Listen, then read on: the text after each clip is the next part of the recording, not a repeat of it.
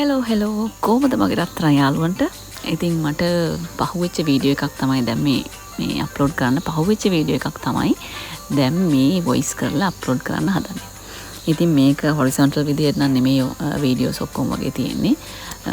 මොකද එක එක්කෙනා ගත්ත වීඩියෝ හදිසියට ගත්ත ඒවා එහෙම තියෙන්නේ. ඉතින් මම මේ ඔක්කොම එකතු කරලා මතකයක් විදිහට හදනවා අපේ බෑන්ඩ් එකේ සෙට් එකේ ට්‍රින්කෝ ගියපු ගමන ගැන වීඩියෝ එක. ඉතින් මේ සෙට් එකේ විශේෂත්වය තමයි මේකේ බහුතරය එක්කෙනෙක් හෝ දෙන්නෙක් ඇරෙන්න සියලුම දෙනා තුන් දෙනෙක් ඇරෙන්න සියලුම දෙනා මැරීඩ් සහ ඒ අතරිනුත් එක්කෙනෙක්ට ඇරෙන්න ඔක්කොටම ළමයි ඉන්නවා. බබාලා ඉන්නවා. මට වගේ පුංචි මය නම් නැහැ. ගොඩක් අයට ගොඩක් ටිකක් ලොකු අය ඉන්නේ. හැබැයි ඉතින් බබාලා ඉන්න අම්මලා තමයි මේ ඔක්කොම කට්ටිය යන්නේ. මැරි කරපු නැත් තුන් දෙනෙකුත් ඉන්නවා. ඒකත් කියන්න එපා. නැත්තම් මට වීඩියෝ එක දැකලා කියයි මේ අපිවත් මැරි කරපු ගාන දැම්මද එහෙම කියලා. ඉතින් මේ සෙට් එක අපි හම්බ වුණේ බහුතරයක් කීප දෙනෙක් ඇරෙන්න ඉස්කෝලේ යන කාලේ ඉඳලා එක්කෙනෙක් දෙන්නෙක් විතර නර්සරි යන කාලේ ඉඳන් ඊට පස්සේ ඕලෙවල් කාලේ 6 7 ඊට පස්සේ ඒ ලෙවල් වෙනකම්ම දාන්න අය. ඉතින් අනිත් අය අක්කලා කීප දෙනෙක් ඉන්නවා. ඒගොල්ලන් අපිට කලින් බෑන් ගහලා ඉස්කෝලෙන් අවුට් වෙච්ච කට්ටිය. අපි මට කියන්න බැරිවනේ අපි ඉස්කෝලේ වෙස්ටර්න් බ්‍රාස් බෑන්ඩ් එකේ සමාජිකාවෝ. ඉතින් ඉස්කෝලේට බ්‍රාස් බෑන්ඩ් එක අවුරුදු ගානකට පස්සේ නිර්මාණය කරපු ප්‍රෞඩ සමාජිකාවෝ කීප දෙනෙකුත් ඉන්නවා. ඉතින් ඒ අතරින් මමත් එක්කෙනෙක්. හරිම සන්තෝෂයි. අපිට ගොඩක්ම යාළු වෙන්න ගොඩක් අය අපේ මිතුරුදම් වර්ධනය කරගන්න අවස්ථාව ලැබුණා. ගිය අවුරුද්දේ පාසල් දිනේ වෙනුවෙන් පැවැත්වුණු උත්සවයේදී අපි නැවතත් එකතු වෙලා බෑන්ඩ් එක ප්ලේ කරා මේ ඉන්න කට්ටිය. ඉතින් ඊට පස්සේ ට්‍රෙන්ඩ් එකක් වගේ ඉස්කෝල් කීප එකකින් ඒ විදිහට කරා. ඉතින් හරි සතුටුයි.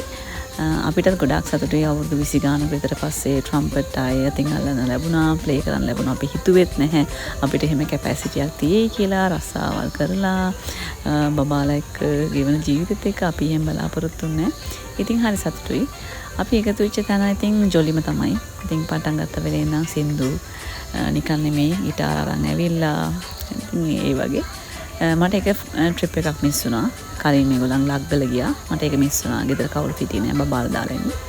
ඉතින් මේ පාර ට්‍රිප් එක ට්‍රින්කෝ නිසා මිස් කරගන්න බැරි නිසා බබාලත් එක්ක අපේ ගෙදර ඇවිල්ලා අම්මට තාත්තට බබාලා දීලා ඔන්න මං ජොයින් වුණා ට්‍රිප් එකට.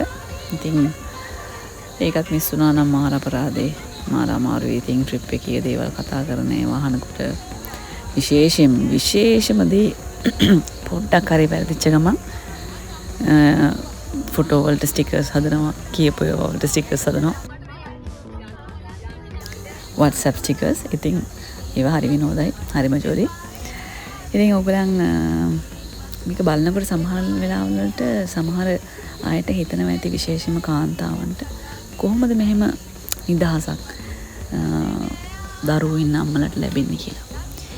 මම හිතනවා ඒකට ප්‍රධානම කාරණාවක් තමයි අපිව විශ්වාස කරන දෙමව්පියෝ ස්වාම පුරුෂයන් අපිට ඉන්න එක තමයි අපේ ජීවිතේ ලොකුම හයිය කියලා. ඉතින් මේ තියෙන්නේ මම එනකොට මම බස් එකට නගින කලින් ගත්ත වීඩියෝ එක. මට ඒක ටිකක් පස්සේ හම්බුනේ. ඉතින් ඒ නිසා මම දැන් ඇඩ් කරා එක. මේ ගෙදර කට්ටියට දෙන්න කියලා පොඩි කැවිලි පාර්සලයකුත් දුන්නා කවිනේ ඔන්න. මම ඉතින් කට්ටියටම දෙන්න ඕන උපදෙස් ටික දීලා මං කොහමද දවස් 2-3කින් ඉඳන් කිව්වා මම මෙහෙම යනවා ආච්චිසිය එක ඉන්න කියලා. ඉතින් යාලා මං එහෙම කිව්වහම හිත හදාගන්න පුළුවන් දරුවෝ. ඒක නිසා ප්‍රශ්නයක් නැහැ. ඉතින් මං 365 දවසේ මේගොල්ලන් එක්ක ඉන්න නිසා එහෙම ඉතින් චුට්ටක් ආච්චිසිය එක හිටියට මොකද වෙන්නේ නේද? හැබැයි ඇඬුවේ නෑ. ඒත් ගිය වෙලේ ඉඳන් සැරින් සැරේ කෝල් කර මෙසේජ් කර ඔයා එනව නේද අම්මේ කවද්ද එන්නේ ඉක්මනට එන්න මං කොහොමද නම් මම එන්නේ නැහැ. එහෙම කියලා ඉතින් ලොකු ප්‍රශ්නයක් නෑ. ඉතින් ඒගොල්ලන්ට මං කියනවා ඒක තමයි මං ඉස්සලාම් කරන්නේ. දවස් 2-3 ඉඳන් මං කියනවා මං පුතේ යනවා. මට යන්න ඕනේ. එහෙම කියලා ඉතින් මං කියනවා. කිව්වම ඉතින් ওই චුට්ටක් කනකුණු ගාලා පස්සේ හරියනවා. ඊට පස්සේ අපි දැන් ගමන පටන් ගත්ත විතරයි තාම. අපි නැවතුවා අපේ එක්කෙනෙක්ගේ අම්මයි අප්පච්චි ඉන්න මේ ඒගොල්ලන්ගේ හොටෙල් එකත් එතනමයි තියෙන්නේ. එහෙන් අතර කරා වොෂ්රූම් යන කට්ටියට වොෂ්රූම් යන්නයි උදේට ඉතින් ඔය මොනවා හරි ටිකක් බල්ට දාගන්නයි. විශේෂම කාරණාව අපි පොඩි පික්නික් එකක් ප්ලෑන් කරලා තියෙන්නේ. එක එකනා එක එක කැම් ජාති බාර අරගෙන හදන් ඇවිත් තියෙන්නේ. ඉතින් ඒකට ලැවරියා ස්පොන්සර් කරේ මෙහෙන් තමයි. ඉතින් ඒ ටිකත් අරගෙන අපි ආයිමත් හිමීට බස් එකට නැග්ග හොඳ කැඳ වීදුරුකුත් බීලා ඒ ටිකත් කරගෙනම ඔන්න ආයි බස් එකට නැග්ගා. මේ දැන් අපිට බඩගිනි හොඳට දැන් පික්නික් එක බලාගෙන ඉන්නවා කන්නත් නැහැ. කොමරි බිස්කට් එකක් තිබිලා ඔන්න ඒකත් කාලා. දැන් ඔන්න අපි මහදේවුල්ලාව ගාව එතන තමයි අපි ලෑස්ති කරගත්තේ අපේ පික්නික් එක. බලන්නකො අපේ පික්නික් එකේ ගෙන අප කෑම ටික මේ හැම දෙයක්ම දෙන්නෙක් විතර වගේ කඩෙන් අරන් ඇවිත් තිබුණා. මොකද රසාවල් කරනවා මේ ෆ්‍රයිඩේ වෙනකම් මේගොල්ලන් වැඩ කරලා ඉතින් එහෙම ටයිට් ෂෙඩියුල් ඉන්න කට්ටිය හිටියා. ඉතින් යාලා කඩෙන් අරන් ඇවිත් තිබ්බා. හැබැයි ඒ දෙන්නෙක් විතරයි. ඔක්කොම අපි 14ක් ගියා ට්‍රිප් එක. අනිත් අය ඔක්කොම ගෙදරින් අරන් ඇවිල්ලා.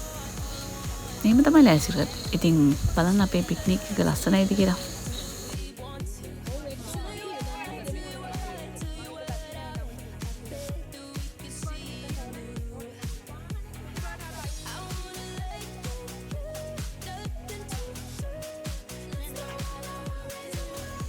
මට හිතෙනවා මේ වගේ අදහසක් පහළ වෙන්න අපි ගත කරපු ජීවිතේ අපේ ජෙනරේෂන් එකත් අපිට බලපාන්න නැති කියලා. අපි හැමතිස්සෙම හැදුනේ වැඩුනේ ආස කරේ ගස් කොළන් එක්ක වර්ණ පාටවල් එක්ක ඒව රස විඳින්න.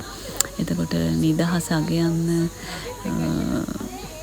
එක එක කෑම ಜಾති රස බලන්න. ඉතින්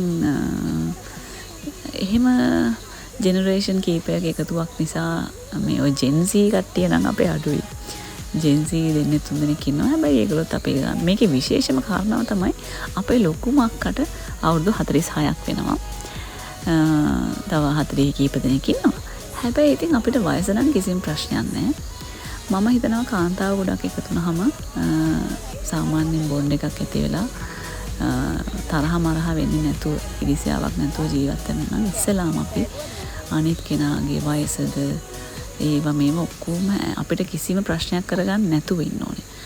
අපි මේ කිසිම අතිරේක දෙයක් අපි ප්‍රශ්නයක් කරගන්නේ නැහැ. එකම දේ ප්‍රශ්නයක් කිව්වොත් අපි ඒකට උත්තර දෙනවා. සහ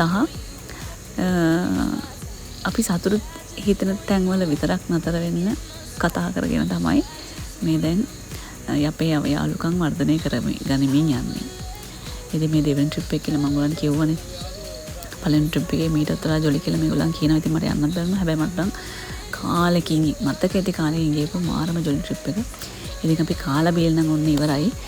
කාලා බිව්වට කෑවුවට වඩා කයි ගහපක තමයි කරගෙන ඉවර කරගත්තා. එහෙනම් ඉතින් මම ඊටු ටික ඊළඟ වීඩියෝ එකකින් අරන් එන්නම්. බයි.